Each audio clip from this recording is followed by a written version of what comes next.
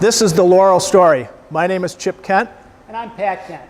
Together we run Laurel Metal Products and manufacture the Laurel line of drop shelf vending machines here at our factory in Chicago. Laurel was started in 1959 by our father as a custom sheet metal fabrication operation. In 1970, we developed and introduced our first drop shelf vending machine for selling paper towels at self-service car washes. Our vending machines are found worldwide now, from Iceland to New Zealand. They vend a wide array of products. Those products could be diaper kits for restroom vending, tollway transponders, laundromat soap boxes, or auto care items like air fresheners. Anything that fits on the shelf can vend. We will now show you the short version of some of the manufacturing processes used to make a Laurel vending machine. I'm in the production shop in front of one of our shears that cuts metal to size. Right now Clifton will start on shearing one of the major pieces for a cabinet.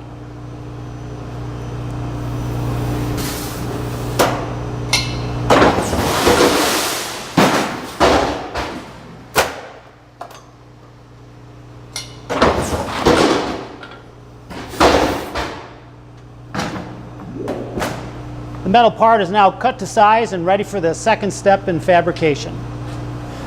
This is our Strip It brand turret punch press, the most important piece in our production shop. The name turret comes from the central round turret that holds 40 different tools that can be accessed during a punching program. We have hundreds of different sizes of tools and shapes that can make a finished part. Each part that goes through here has a unique computer program that controls its action. An individual part may be produced or a large sheet with a number of different parts. Now Omar is going to start the punching process of the 5-column car freshener door.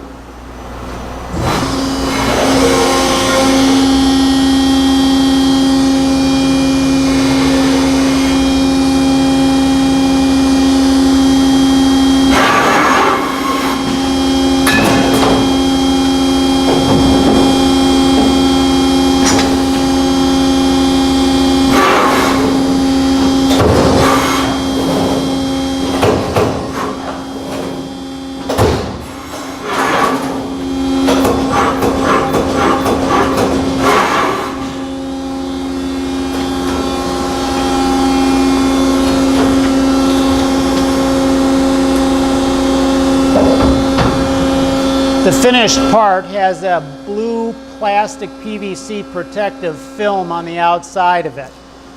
That will eventually be removed before welding and final application of decal in the assembly area.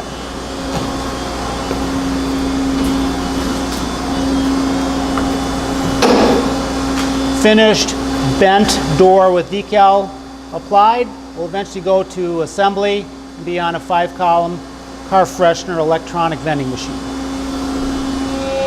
We're in the bending area of the Laurel production shop. We're in front of the Cincinnati brand press brake. It can bend with 90 tons of bend force. These machines can produce all sorts of bend lengths, bend angles, and special shapes. So let's watch now as Terry puts the final bends onto the cabinet shell of a single column wrapper.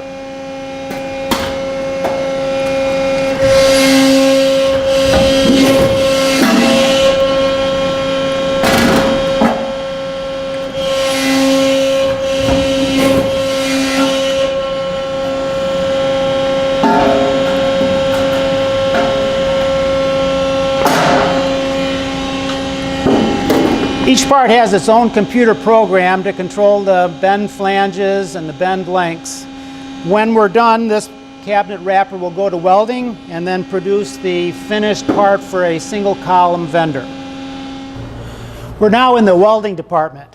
The most common way that we assemble our vending machine cabinets and doors is by spot welding. So now Raphael will show us how he finish welds the interior of a single column cabinet shell.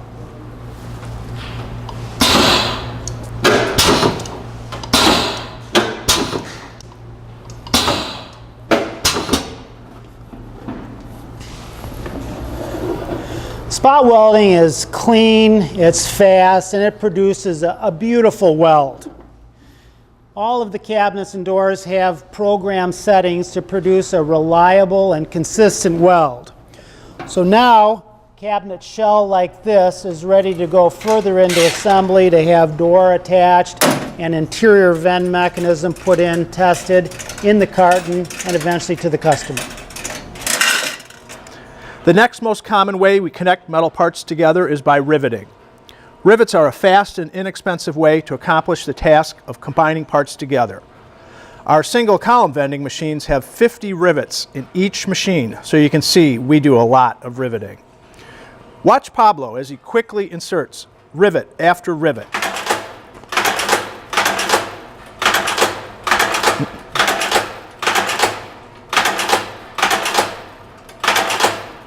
This particular riveting machine is a workhorse with more than 5 million rivets inserted.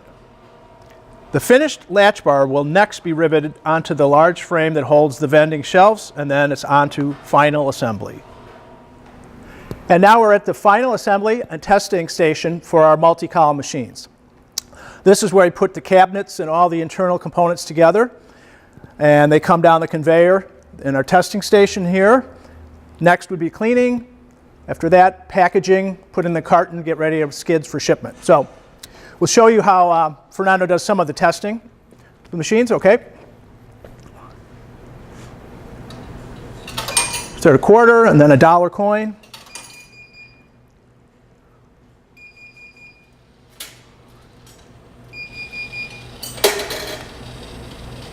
Then Fernando will close the door and vend it again. You get a little different view.